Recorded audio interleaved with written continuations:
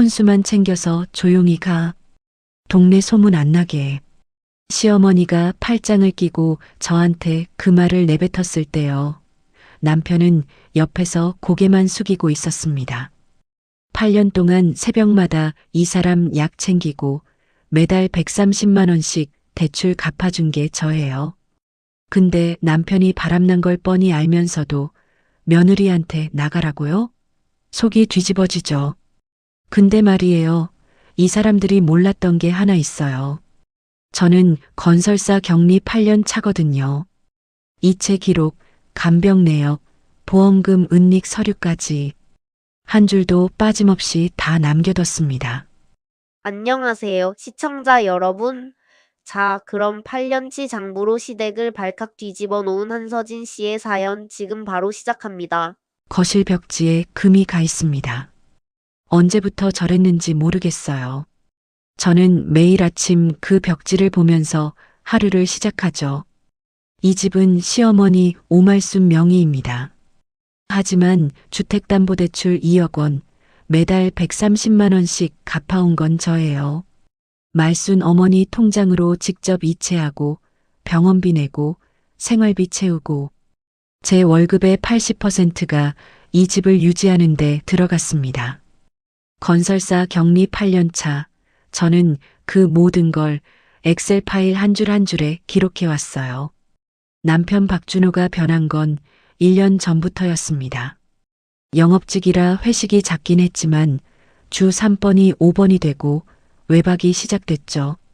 집에 생활비를 넣지 않게 된 건 석 달 전부터고요. 결정적으로 지난달 공동 열람 권한이 걸려있던 준호 월급 통장에서 저를 해지했다는 은행 알림이 떴습니다. 저는 그걸 보고도 모른 척했어요. 직면할 용기가 나지 않았으니까요. 수요일 점심 회사 구내식당이었습니다. 정미래가 제 앞에 핸드폰을 탁 내밀었어요. 서진아, 이거 봐. 미래가 젓가락을 내려놓으며 화면을 가리켰습니다. 우리 후배가 어젯밤 강남 와인바에서 찍은 건데 뒤에 누가 보여? 인스타 스토리 배경이었어요. 흐릿하지만 선명하게 준호가 젊은 여자와 나란히 앉아 와인잔을 부딪히고 있었습니다. 저는 화면을 확대했어요. 준호의 목에 걸린 넥타이가 보였습니다. 지난주 제가 생일 선물로 사준 바로 그 넥타이. 미래야, 이거 저장해도 돼? 이미 보냈어. 카톡 확인해. 미래가 제 손을 잡으며 낮은 목소리로 말했습니다. 아직 확실한 건 아니야. 근데 넌 알아야 해. 그날 밤 준호는 새벽 2시에 들어왔습니다. 현관문 소리에 눈을 떴지만 저는 자는 척했어요. 준호가 욕실로 들어가 샤워기를 트는 소리가 났습니다. 저는 이불을 걷고 일어나 거실에 걸린 준호의 양복 앞으로 갔어요. 처음으로 남편의 주머니를 뒤졌습니다. 안주머니에서 카드 크기의 플라스틱이 나왔어요.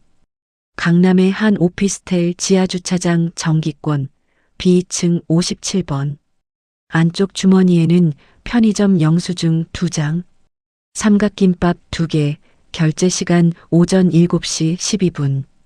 외박한 날 아침, 이 사람은 편의점에서 삼각김밥을 사 먹고 출근한 겁니다. 저는 핸드폰을 꺼내 2장을 촬영하고 원래대로 주머니에 넣었어요. 손이 떨리지 않았습니다. 이상하게도요. 다음 날 점심시간, 저는 그 주차장 정기권의 주소를 검색했습니다. 강남구 역삼동 고급 오피스텔. 습관처럼 부동산 앱을 열어 월세 시세를 확인했어요. 전용 25평 기준 월 150만 원. 준호 월급에서 이 월세를 빼면 집에 넣을 돈이 남을 리가 없죠. 생활비를 끄는 이유가 여기 있었습니다. 토요일 오전 준호가 골프백을 들고 현관을 나섰습니다. 오늘 좀 늦을 수도 있어. 저녁은 알아서 먹어. 준호가 신발을 신으며 뒤도 안 돌아보고 말했습니다. 저는 네, 조심히 다녀와요 하고 대답했어요. 그리고 준호의 차가 출발한 뒤 3분 후에 저도 차 키를 들고 나갔습니다.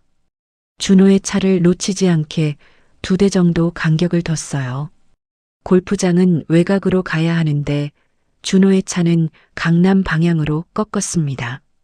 역삼동 오피스텔 지하주차장으로 내려가는 준호의 차를 따라 저도 진입했어요. B층 57번 자리에 차를 대는 준호를 확인하고 저는 핸드폰 영상 녹화를 켰습니다. 준호가 차에서 내려 엘리베이터 앞으로 걸어갔어요. 긴 웨이브 머리에 명품 선글라스를 쓴 여자가 엘리베이터에서 나왔습니다. 여자가 자연스럽게 준호의 허리에 팔을 감았어요. 준호도 자연스럽게 여자의 어깨를 감쌌고요. 하루 이틀 된 사이가 아니었습니다. 저는 영상을 저장했습니다. 시동을 끄지 못하고 운전석에 앉아 있었어요. 20분쯤 그렇게 있었던 것 같습니다. 분노가 올 줄 알았는데 이상한 종류의 냉정함이 찾아왔어요. 머릿속에서 대출 상환 내역, 은행 거래 기록, 부동산 등기라는 단어들이 줄을 맞춰 정렬되기 시작했습니다. 월요일 저는 미래에게 모든 걸 털어놨어요. 확실해. 오피스텔까지 따라갔어. 영상도 있고. 미래가 제 양손을 잡으며 똑바로 쳐다봤습니다. 서진아, 내가 3년 전에 이혼했을 때 사촌 오빠한테 맡겼거든. 이혼 전문 변호사야. 그 오빠 아니었으면 나 위자료 한 푼도 못 받았어.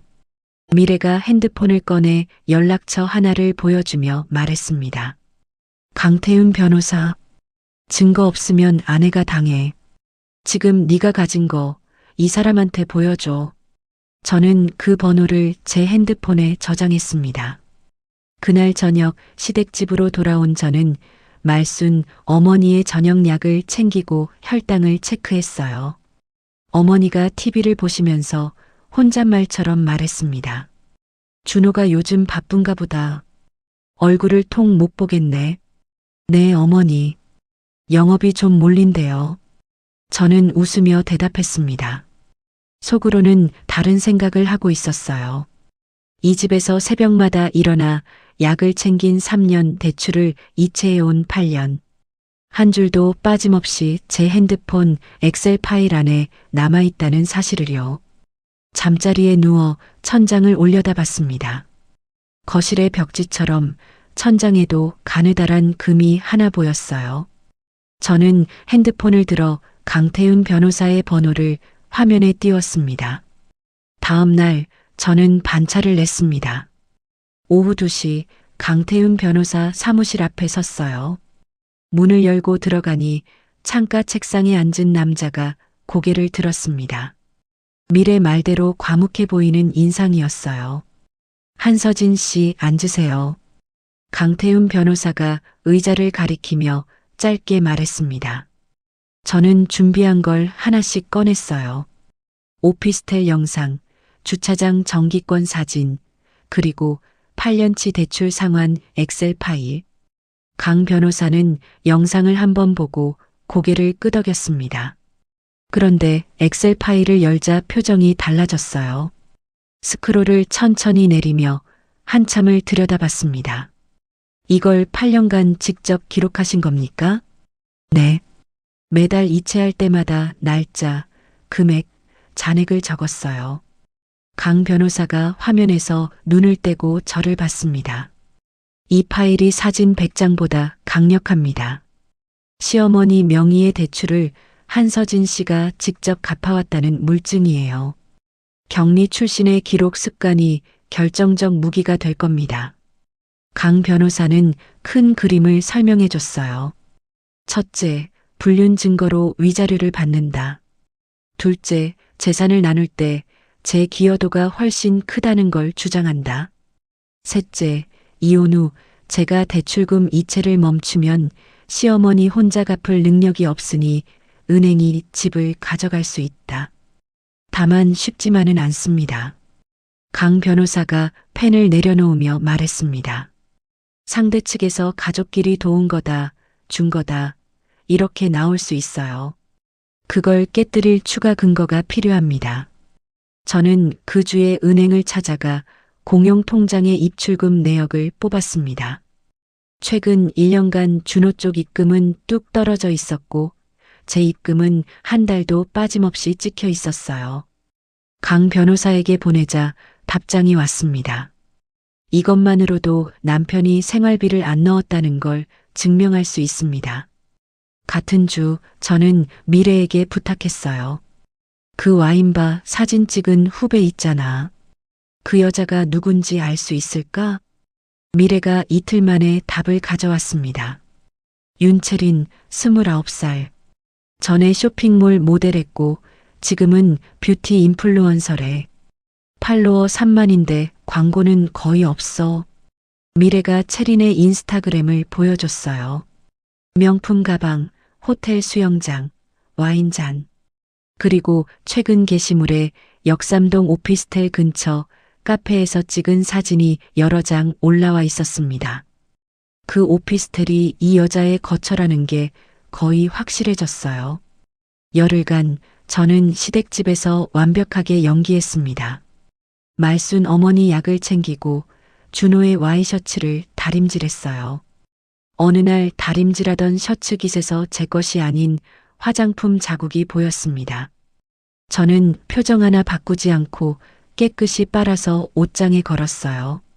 대신 그 셔츠가 30만 원짜리 신상이라는 사실을 기록에 추가했습니다. 증거를 모은 지 한 달째 되던 새벽이었어요. 쿵 하는 소리에 눈을 떴습니다. 말순 어머니가 복도에 쓰러져 있었어요. 저혈당이었습니다. 119에 전화하고 구급차에 같이 타고 응급실까지 따라갔어요. 준호에게 전화했습니다. 받지 않았어요. 3번을 더 걸었는데 받지 않았습니다. 새벽 6시가 되어서야 준호가 응급실 커튼을 젖히고 들어왔어요. 어머니 괜찮아? 준호가 헐레벌떡 뛰어오며 물었습니다. 저는 대답하지 않고 준호를 쳐다봤어요. 셔츠에서 달콤한 향수 냄새가 났습니다. 제가 쓰는 게 아닌 낯선 냄새. 지금 안정되셨어. 의사 선생님이 입원하셔야 된대. 저는 그 말만 하고 고개를 돌렸습니다. 입원 기간 동안 저는 매일 퇴근 후 병원으로 갔어요. 준호는 이틀에 한 번 얼굴을 비추다 사라졌습니다. 같은 병실의 보호자 김수님 씨가 어느 날 제 옆에 앉으며 말했어요.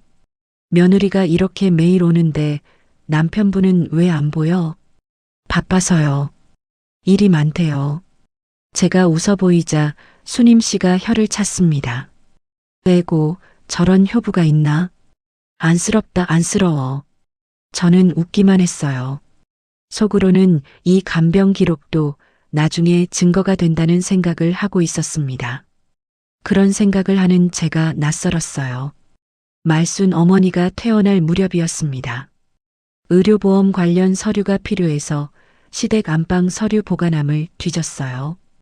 오래된 봉투 하나가 손에 걸렸습니다. 열어보니 10년 전 시아버지 사망 당시 보험금 수령 확인서가 들어 있었어요. 5천만 원. 그 돈이 말순 어머니 개인 계좌로 입금된 기록까지 함께요. 저는 손이 떨렸습니다. 이 돈은 당시 장례비와 대출 갚는 데 쓰겠다고 가족들 앞에서 말씀하셨던 돈이에요. 근데 대출은 한 푼도 줄지 않았습니다. 8년간 제가 갚아온 거니까요. 그럼 이 5천만 원은 어디로 간 겁니까? 저는 서류를 촬영해서 강 변호사에게 보냈습니다. 10분 만에 전화가 왔어요. 한서진 씨, 이거 판을 뒤집을 수 있는 겁니다. 강 변호사의 목소리가 평소와 달리 빨라져 있었습니다. 시어머니가 보험금으로 대출을 갚을 수 있었는데도 안 갚고 며느리한테 떠넘긴 거예요. 상대 측이 가족끼리 도운 거라고 우겨도 이 서류 하나면 무너집니다. 일부러 안 갚은 거라는 걸 증명할 수 있어요. 전화를 끊고 저는 부엌에 서서 물 한 잔을 마셨습니다. 냉장고에 말순 어머니가 쓴 메모가 붙어 있었어요. 서진아 내일 병원 예약 10시. 저는 그 메모를 한참 바라봤습니다. 8년간 새벽마다 일어나 약을 챙기고 대출을 이체하고 이 집을 지탱해 온 게 은혜가 아니었어요. 이용당한 거였습니다. 그날 밤 저는 모든 증거를 클라우드에 이중으로 백업했습니다. 오피스텔 영상, 주차장 정기권, 8년치 이체 내역, 공용 통장 기록, 보험금 서류. 강 변호사에게 메시지를 보냈어요. 준비 완료했습니다. 5일 뒤 저녁이었습니다. 저는 식탁에 된장찌개와 반찬 4가지를 올려놓고 앉아 있었어요. 준호가 맞은편에 앉았는데 숟가락을 들지 않고 자꾸 목을 만졌습니다. 할 말이 있을 때 나오는 버릇이죠. 서진아. 준호가 찌개 그릇을 밀어내며 입을 열었습니다. 우리 이혼하자. 예상하고 있었어요. 강 변호사도 준호가 먼저 꺼낼 거라고 했고요. 그런데도 그 단어가 실제로 공기 중에 놓이니까 위장이 뒤틀리는 감각을 피할 수 없었습니다. 저는 숟가락을 내려놓고 준호의 눈을 정면으로 봤어요. 다른 사람 생긴 거 아니야? 준호의 시선이 흔들렸습니다. 눈을 피하며 식탁 모서리를 손가락으로 두드렸어요. 그런 거 없어. 그냥 우리 너무 오래 안 맞았잖아. 거짓말. 오피스텔 영상 속에서 여자의 허리를 감던 그 손이 지금 식탁 모서리를 두드리고 있었습니다. 마지막 기회를 줬는데 끝까지 거짓말이에요. 무슨 소리야? 말순 어머니가 부엌에서 나오시며 소리쳤습니다. 그런데 어머니의 눈은 준호가 아니라 저를 향해 있었어요. 뭘 어쩌겠다는 거야, 서진아? 어머니, 준호가 이혼하자고 한 거예요. 제가 차분하게 대답하자 말순 어머니가 식탁 의자를 끌어당겨 앉으며 팔짱을 꼈습니다. 그래, 뭐 부부 사이가 안 맞으면 갈라서는 거지. 이 집은 내 명이니까 네가 나가야 하는 거고 혼수만 챙겨서 조용히 가면 동네 소문도 안 나고 좋잖아. 어머니는 이미 시나리오를 다 짜놓고 계셨어요. 저를 내보내는 시나리오를요. 준호는 어머니 뒤에서 아무 말도 하지 않고 고개만 숙이고 있었습니다. 알겠습니다, 어머니. 저는 자리에서 일어나며 말했어요. 다만 조건은 제대로 정리하고 가겠습니다. 방문을 닫는 순간 거실에서 말순 어머니의 목소리가 들렸습니다. 의외로 쉽네. 이어서 준호가 전화를 거는 소리. 나야. 잘 될 것 같아. 응, 금방 끝날 거야. 체린에게 하는 전화였습니다. 저는 방 안에서 핸드폰 녹음을 켜고 문 쪽으로 가져갔어요. 준호의 들뜬 목소리가 선명하게 잡혔습니다.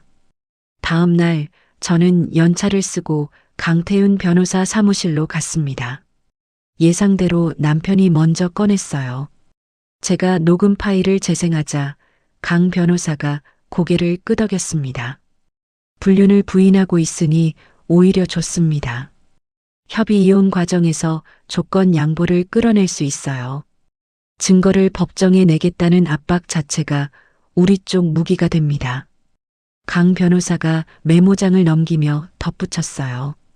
보험금 서류는 아직 꺼내지 마세요. 마지막 카드로 남겨둡시다. 같은 날 오후 미래에게서 메시지가 왔습니다.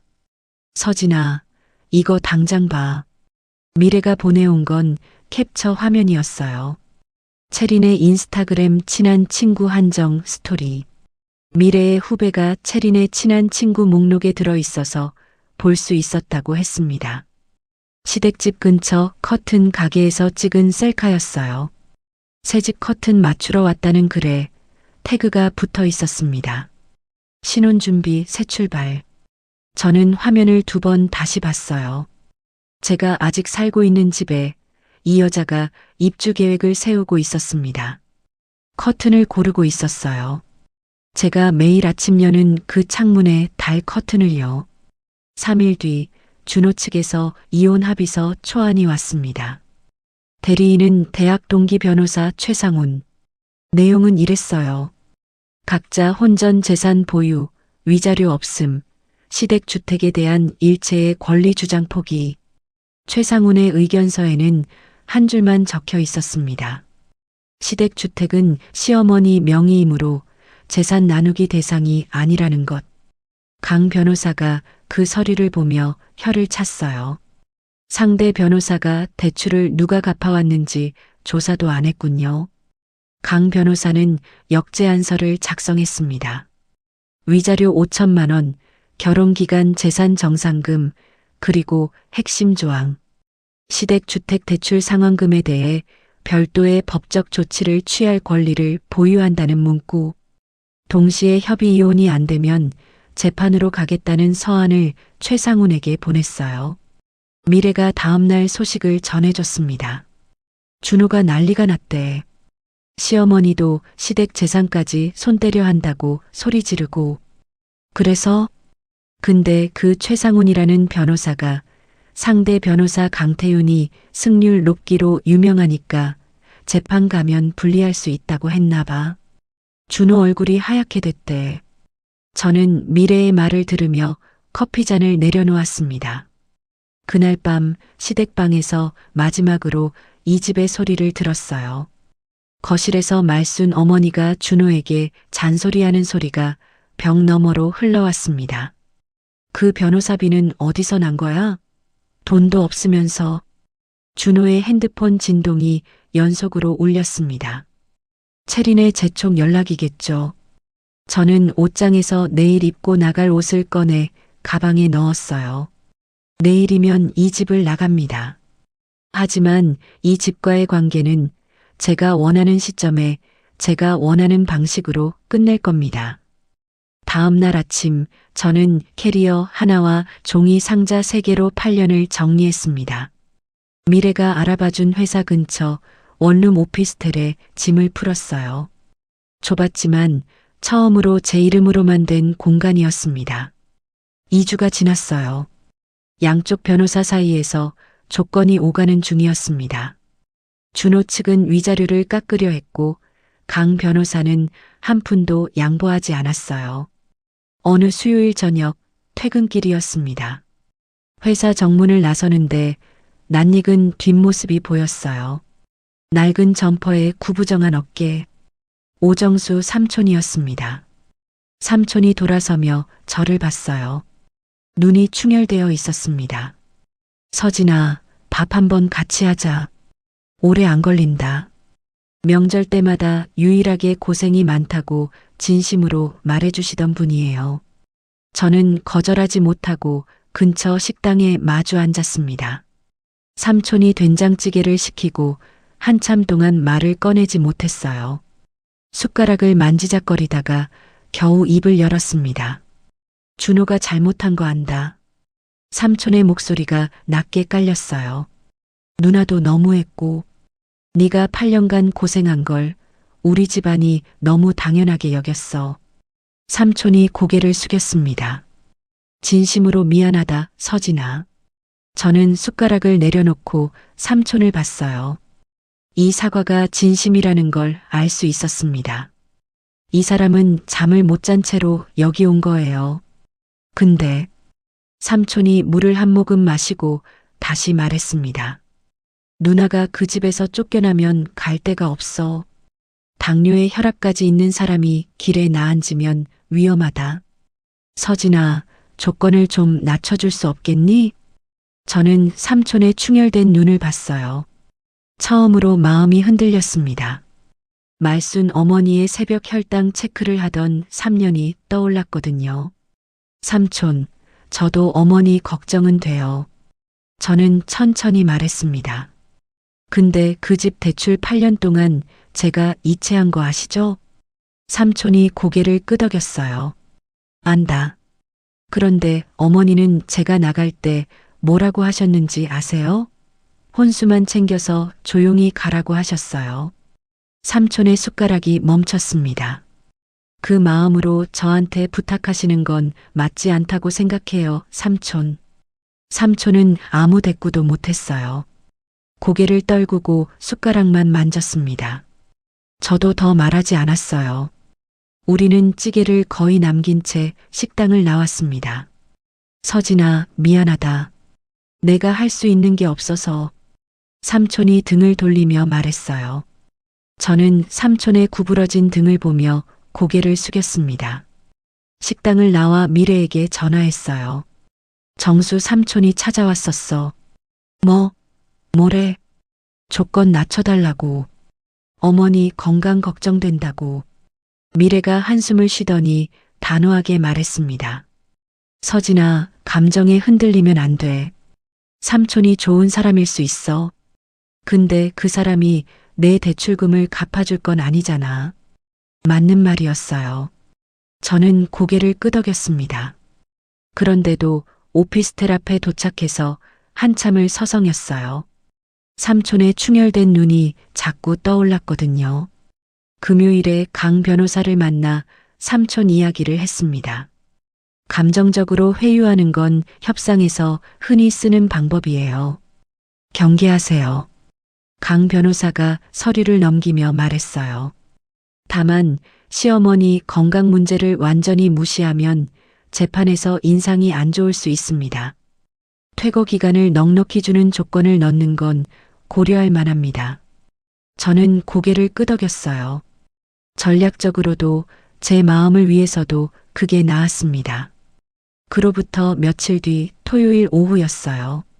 오피스텔 초인종이 울렸습니다. 인터폰 화면을 켰더니 긴 웨이브 머리의 여자가 서 있었어요. 윤채린이었습니다. 심장이 한번 크게 뛰었어요. 저는 핸드폰을 들어 인터폰 화면을 촬영하기 시작했습니다. 문 좀 열어.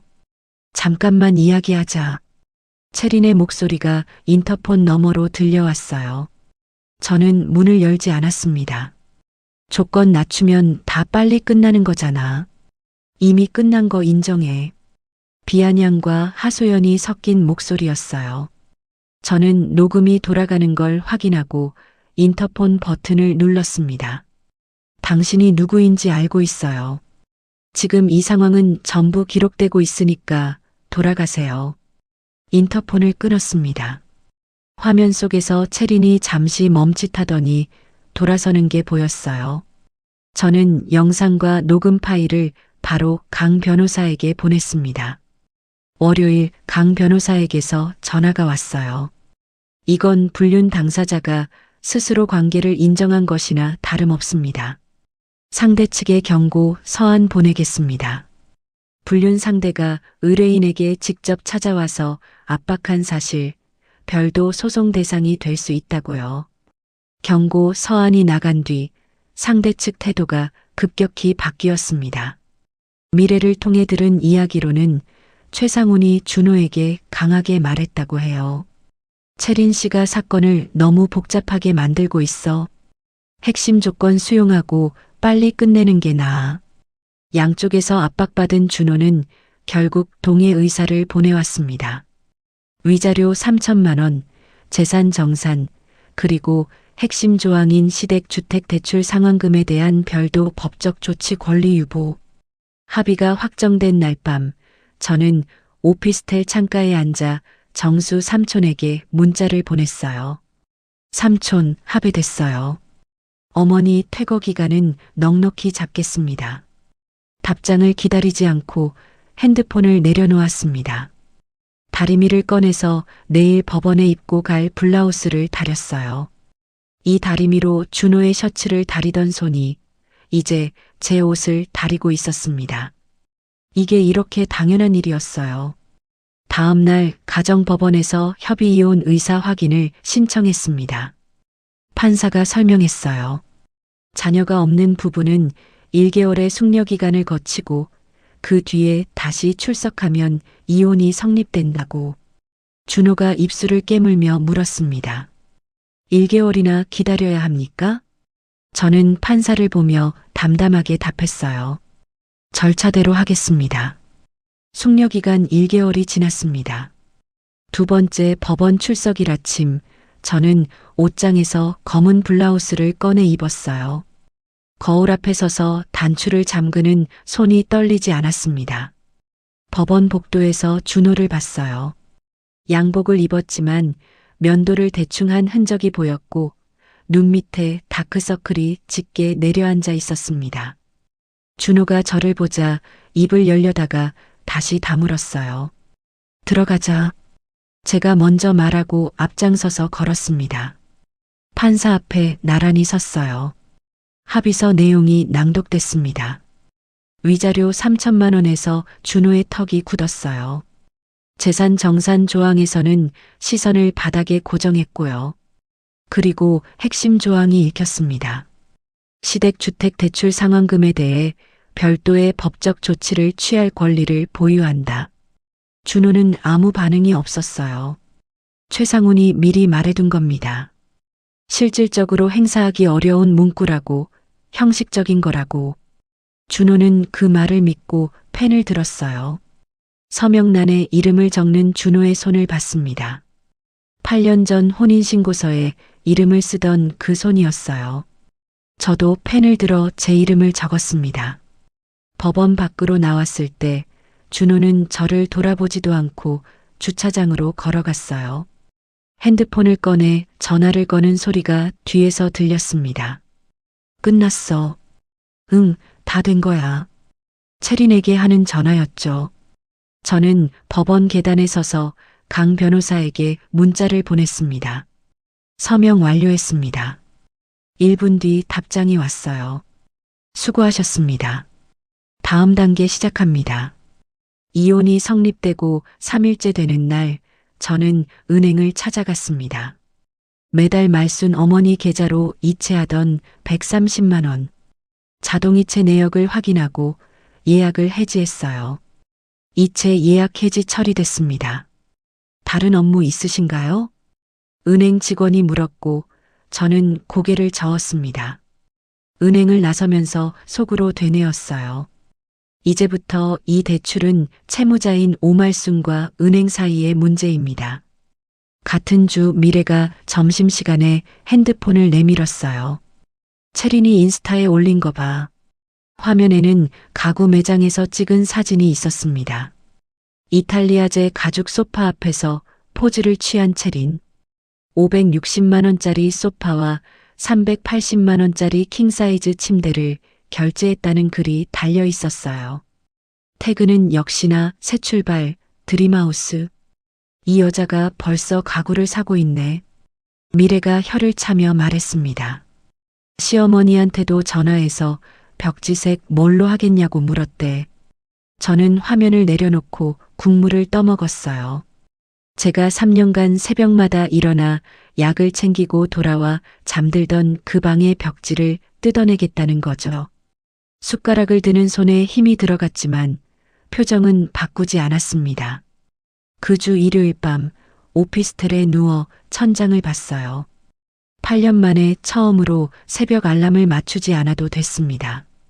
누군가의 약을 챙기지 않아도 되고 혈당을 체크하지 않아도 되는 밤. 눈물이 흘렀어요. 소리 없이 천장을 바라본 채로. 그게 슬픔인지 해방감인지 저도 구분할 수 없었습니다. 이혼 후 정확히 2주가 지난 날 강 변호사에게서 연락이 왔어요. 소장 접수했습니다.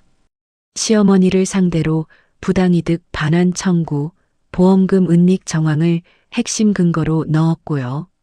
강 변호사가 잠시 멈추었다가 이어 말했습니다. 그리고 대출이 이미 1회 연체됐습니다. 시어머니 앞으로 내용 증명을 보냈어요. 본인이 직접 갚지 않으면 은행이 집을 가져갈 수 있다는 내용입니다. 저는 전화를 끊고 책상 앞에 앉았어요. 이혼 확인서와 소장 접수증을 나란히 놓고 바라봤습니다. 이건 복수가 아니에요. 제 돈과 제 시간을 정당하게 돌려받는 절차일 뿐입니다. 그날 밤 미래에게서 문자가 왔어요. 준호네 난리 났대. 시어머니가 은행에서 집 가져간다는 게 무슨 뜻이냐고 소리 지르고 준호가 최상훈한테 전화했는데 그 변호사도 할 말이 없었나 봐. 저는 문자를 읽고 핸드폰을 내려놓았습니다. 부엌에 가서 물 한 잔을 따랐어요. 좁은 오피스텔 부엌이지만 냉장고에 누구의 메모도 붙어 있지 않았습니다. 이 부엌은 오로지 저만을 위한 공간이었어요. 반년이 지났습니다. 강 변호사에게서 정기적으로 경과 보고가 왔어요. 말순 어머니는 밀린 대출금을 한 푼도 갚지 못하고 있었습니다. 준호도 마찬가지였어요. 채린에게 쏟아부은 돈, 위자료 지급, 오피스텔 월세까지 남아있는 돈이 없었죠. 모자는 친척들에게 손을 벌렸지만 아무도 응하지 않았다고 해요. 정수 삼촌마저 거절했다고 들었습니다. 철물점 사정이 어렵다는 이유도 있었겠지만 서진이한테 한 짓을 생각하면 면목이 없다고 했대요. 어느 화요일 오후 강 변호사에게서 전화가 왔습니다. 은행에서 기한이익 상실을 통보했습니다. 그게 무슨 뜻이에요? 쉽게 말하면 은행이 더 이상 나눠서 갚는 걸 기다려주지 않겠다는 겁니다. 남은 대출금 전액을 한꺼번에 갚으라는 거예요. 못 갚으면 은행이 집을 경매에 넘깁니다. 강 변호사가 잠시 멈췄다가 말을 이었어요. 이제 시간 문제입니다. 전화를 끊고 저는 사무실 의자에 한참 앉아 있었습니다. 예상대로 진행되고 있었어요. 그런데 그날 밤 오피스텔에서 혼자 라면을 끓여 먹다가 숟가락을 놓았습니다. 김이 올라오는 냄비를 보며 멈춰 있었어요. 내가 이긴 건가 아니면 모두가 진 건가. 그 생각이 불현듯 스치고 지나갔습니다. 며칠 뒤 미래가 점심시간에 말했어요. 경매 개시 결정 나왔대. 시댁집에 법원 공문이 갔다더라. 동네에서는 뭐래? 미래가 젓가락으로 반찬을 집으며 대답했습니다. 영자 아줌마 있잖아. 시어머니랑 제일 친했던. 그 아줌마가 찾아갔대. 무슨 일이냐고. 시어머니가 뭐래? 다 털어놨나 봐. 준호바람, 이혼, 대출 문제까지. 근데 영자 아줌마가 뭘 했는 줄 알아? 미래가 저를 보며 말했어요. 그 며느리 서진이한테 잘해줬어야 했다. 약 챙기고 병원 다니고 대출까지 갚아주던 거 동리가 다 알았다. 그렇게 말하고 돌아섰대. 저는 아무 말 없이 밥을 떠먹었습니다. 경매 절차가 진행되는 동안 채린 쪽에서 일이 터졌어요. 미래가 저녁에 전화를 걸어왔습니다. 서진아, 채린이 말순 어머니한테 직접 전화했대. 뭐? 준호랑 크게 싸우고 홧김에 건 것 같은데 아들 잘 키우셨다고 유부남 주제에 돈도 없으면서 자기를 끌어들인 거 아니냐고 쏘아붙였대. 저는 소파에 앉아 눈을 감았어요. 말순 어머니, 준호, 채린. 셋이 한꺼번에 무너지고 있었습니다. 그것만이 아니야. 미래가 목소리를 낮췄어요. 채린이 준호한테 카카오톡 대화 캡처를 인스타에 올리겠다고 협박했대. 곧 이혼한다. 큰 집에서 같이 살자. 엄마도 너 마음에 들어한다. 이런 내용. 준호가 뭐래? 매달렸지.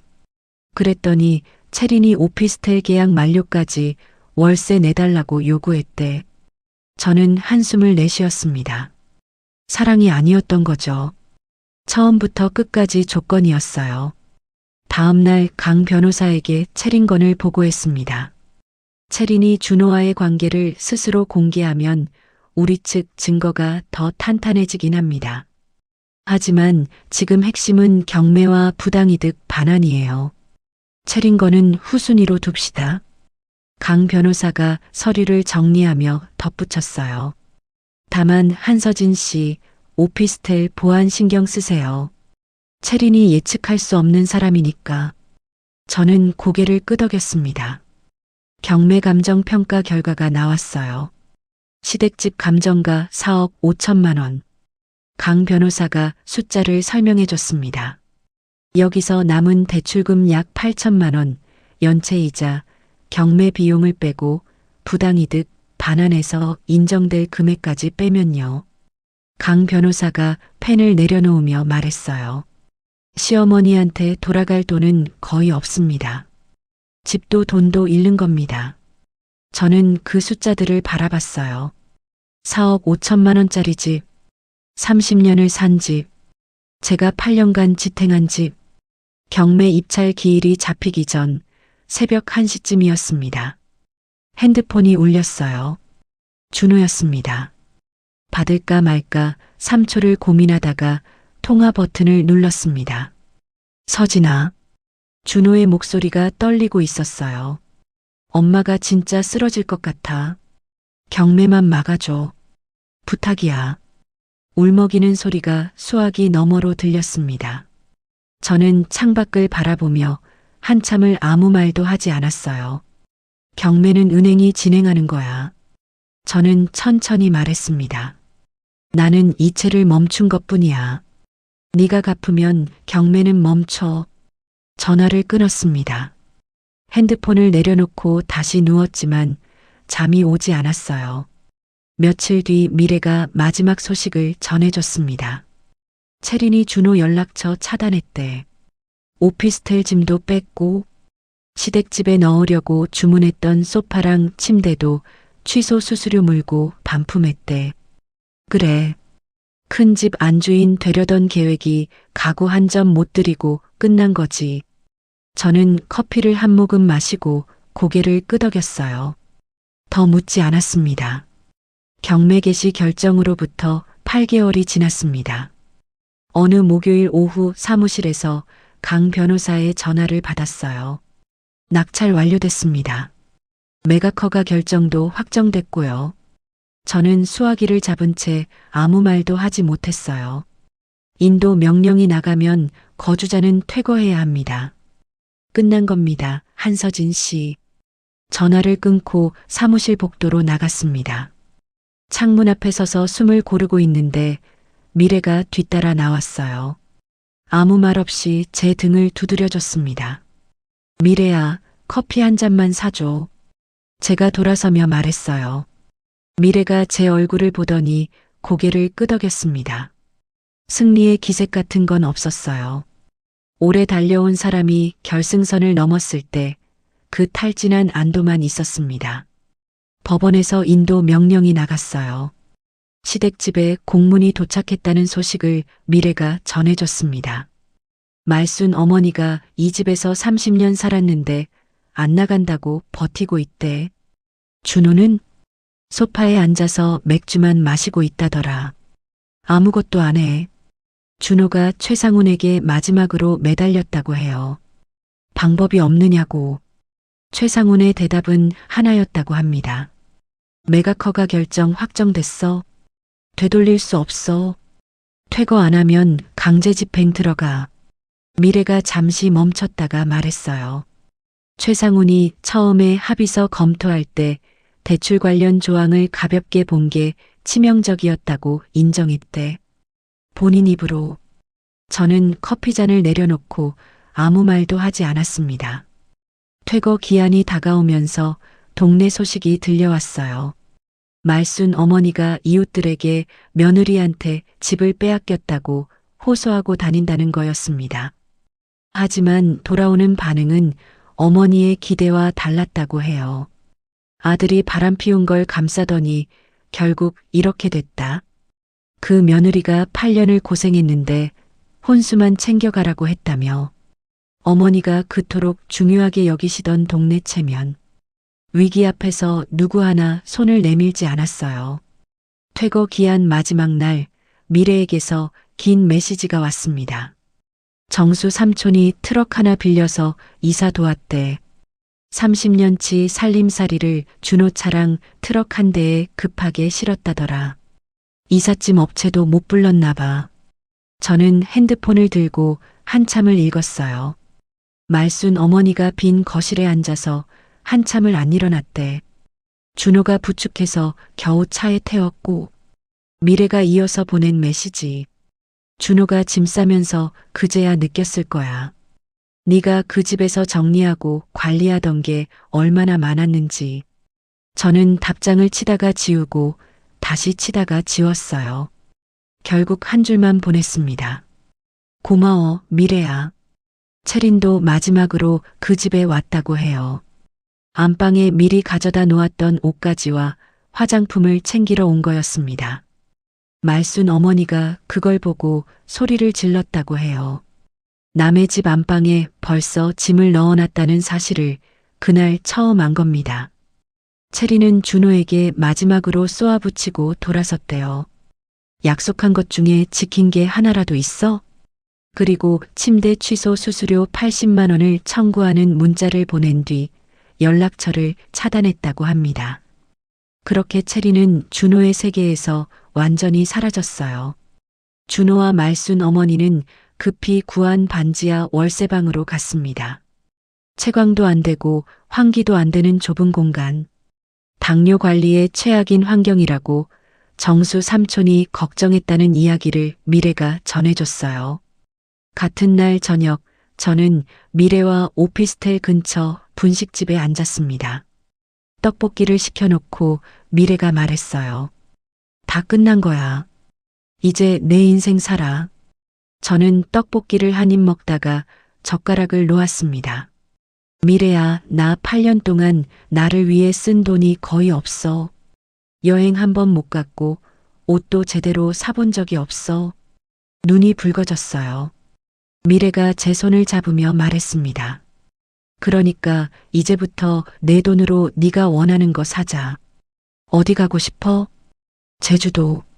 한 번도 안 가봤어. 좋아. 다음 달에 가자. 내가 비행기 예약할게. 우리는 떡볶이를 다 먹고 옆 카페로 갔어요. 디저트를 시키면서 처음으로 이혼 이야기가 아닌 다른 이야기를 했습니다. 가보고 싶은 곳, 배워보고 싶은 것. 저는 오래간만에 웃었어요. 며칠 후 부당이득 반환 소송의 1심 판결이 나왔습니다. 강 변호사가 사무실로 불렀어요. 이겼습니다. 약 1억 원 반환 판결 나왔어요. 강 변호사가 판결문을 펼치며 설명했습니다. 서진 씨가 시어머니의 대출을 대신 갚아온 게 인정됐고 보험금 5천만 원이 있었는데도 서진 씨한테 떠넘긴 건 부당이득이라고 판단한 겁니다. 강 변호사가 서류를 덮으며 말했어요. 보험금 은닉 정황이 결정적이었습니다. 그 서류를 찾아낸 게 승부를 갈랐어요. 저는 판결문을 받아들며 손끝이 떨리는 걸 느꼈습니다. 말순 어머니 의료보험 서류를 찾다가 그 봉투를 발견한 날, 보관함 앞에서 떨리던 손이 떠올랐어요. 그날 밤 오피스텔 발코니에 서서 야경을 바라봤습니다. 1년 전 시댁 거실에 갈라진 벽지를 보던 제가 지금 여기 서 있어요. 분노도 슬픔도 통쾌함도 아닌 감각이 가슴 안에 있었습니다. 나는 나를 지켰다. 그 묵직한 안도를 안고 방 안으로 들어갔어요. 판결이 확정되고 2달이 흐른 봄이었습니다. 부당이득 반환금 위자료 그리고 8년간 거의 써보지 못하고 모아둔 비상금. 저는 그 돈을 합쳐 회사에서 2정거장 거리의 소형 아파트 전세 계약을 맺었어요. 이사 당일 현관문 옆에 문패를 달았습니다. 한서진. 석자를 손끝으로 짚어봤어요. 결혼 후 8년간 단 한 번도 제 이름만으로 존재한 공간이 없었다는 걸 그제야 깨달았습니다. 누군가의 아내도 누군가의 며느리도 아닌 그냥 한서진. 그 석자가 손끝에 묵직하게 남았어요. 집들이 날 미래가 화분과 와인을 들고 왔습니다. 아직 가구도 없는 거실 바닥에 나란히 앉아 종이컵으로 건배했어요. 야, 1년 전 네가 회사 식당에서 준호 사진 보고 얼굴 하얗게 됐던 거 기억나? 미래가 와인을 따르며 웃었습니다. 기억하지? 네가 핸드폰 들이밀었잖아. 그때 내 손 떨리던 거 내가 다 봤거든. 미래가 종이컵을 들어 올리며 말했어요. 근데 지금 봐. 여기가 어디야? 네 집이야, 한서진. 저는 웃다가 울었어요. 미래도 따라 울었습니다. 빈 거실 바닥에 앉아 종이컵을 부딪히며 우리는 한참 동안 그렇게 있었어요. 이 장면이 이세 집의 첫 번째 기억이 됐습니다. 회사에서 하반기 인사가 발표됐어요. 제 이름 옆에 대리 승진이 찍혀 있었습니다. 이 부장이 복도에서 제 어깨를 툭 치며 말했어요. 한서진 씨, 올해 유독 단단해졌어. 뭔가 달라진 거 있어? 특별한 건 없어요. 그냥 열심히 했습니다. 저는 웃으며 대답했어요. 매일 밤 법률 서류와 씨름하면서도 낮에는 업무를 놓지 않았던 1년. 그걸 아는 건 저와 미래뿐이었습니다. 준호의 근황은 미래가 간간히 전해줬어요. 반지하에서 말순 어머니와 살고 있고 회사에서 실적 하락으로 부서를 옮겼대요. 전 직장 동료가 혼자 치킨집에서 맥주 마시는 준호를 봤다는 이야기도 들었습니다. 저는 더 묻지 않았어요. 어느 날 밤 준호에게서 긴 문자가 왔습니다. 서진아, 미안하다. 네가 새벽마다 엄마 약 챙기던 거 이제야 생각난다. 내가 정말 못난 놈이었다. 처음부터 끝까지 읽었어요. 이 사과가 진심이든 후회든 지금의 제게는 아무런 의미도 만들어내지 못했습니다. 답장 입력창에 커서를 올렸다 내렸다를 반복했어요. 결국 4글자만 보냈습니다. 잘 살아. 진심으로. 그리고 준호의 번호를 삭제했어요. 그건 용서도 저주도 아니었습니다. 더 이상 이 사람으로 인해 감정의 에너지를 쓰지 않겠다는 마침표였어요. 며칠 후 정수 삼촌에게서 전화가 왔습니다. 서진아, 누나가 반지하 습기 때문에 당뇨가 많이 나빠져서 입원했다. 삼촌의 목소리가 잠겨 있었어요. 저는 잠시 주저했습니다. 3년간 새벽마다 약을 챙기던 손이 기억하는 게 있었어요. 증오가 아니라 습관처럼 배어든 돌봄이었습니다. 삼촌, 제가 계좌로 보낼게요. 어머니 병원비 보태세요. 서진아, 어머니한테는 말하지 마세요. 삼촌이 한참 말이 없었어요. 고맙다. 그 한마디만 하고 전화가 끊겼습니다. 복수국의 결말에 어울리지 않는 행동일 수도 있어요. 하지만 저는 이 모순을 굳이 해결하지 않기로 했습니다. 채린의 소식은 미래가 우연히 전해줬어요. 야, 채린이 또 다른 남자랑 해외 리조트에서 사진 올렸더라. 미래가 핸드폰을 보여줬는데 저는 1초 보고 돌렸습니다. 관심 없어. 그 이름이 더 이상 아무 감정도 만들어내지 않았어요. 그냥 제 이야기에서 퇴장한 사람일 뿐이었습니다. 새 아파트에서의 첫 일요일 아침. 알람 없이 눈을 떴어요. 부엌으로 가서 커피를 내렸습니다. 누구의 약도 챙기지 않아도 되는 부엌. 나만을 위한 커피. 창문으로 봄 햇살이 들어왔어요. 커피 한 모금을 마셨습니다. 이 평범한 아침이 8년 만에 처음으로 온전히 제 것이었어요. 커피의 쓴맛보다 그 사실이 더 선명하게 혀에 남았습니다. 거실 창가에 앉았어요. 미래가 선물한 화분에서 새 잎이 돋아나고 있었습니다. 현관옆 문패에 한서진 석자를 떠올렸어요. 누군가의 아내도 누군가의 며느리도 아닌 온전히 저 자신을 가리키는 이름. 1년간 싸워서 도착한 자리였습니다. 커피를 다 마시고 빈 잔을 싱크대에 놓았어요. 외출 준비를 시작했습니다. 오늘은 미래와 약속이 있고 내일은 회사에서 새 프로젝트가 시작돼요. 그 모든 내일이 비로소 제 것이었습니다. 서진 씨의 이야기 여기까지입니다. 8년이라는 시간 동안 새벽마다 일어나 약을 챙기고 매달 통장에서 빠져나가는 돈을 묵묵히 감당하면서도 한마디 불평 없이 살았던 사람이에요. 근데 돌아온 건 뭐였습니까? 혼수만 챙겨서 나가라는 말 한마디였죠. 참 사람 마음이 이렇게 허무할 수가 없어요. 그래도요, 서진 씨가 끝까지 지킨 건 돈이 아니었다고 생각합니다. 나라는 사람의 값어치, 내가 쏟은 시간의 무게, 그걸 스스로 증명해낸 거예요. 누군가의 아내도 며느리도 아닌 그냥 한서진이라는 이름으로 다시 서는 것. 그게 이 사연의 진짜 결말이 아닐까 싶습니다. 시청자 여러분은 어떻게 생각하시나요? 혹시 여러분도 누군가를 위해 참고 또 참았던 시간이 있으셨나요? 그 시간이 헛되지 않았다고 저는 감히 말씀드리고 싶어요. 참는 게 미덕이 아니라 나를 지키는 게 미덕인 세상이니까요. 오늘 사연이 시원하셨다면 구독과 좋아요 꾹 눌러주시고요. 이야기를 끝까지 들어주신 분이 계시다면 잘 들었다고 댓글 하나만 남겨주세요.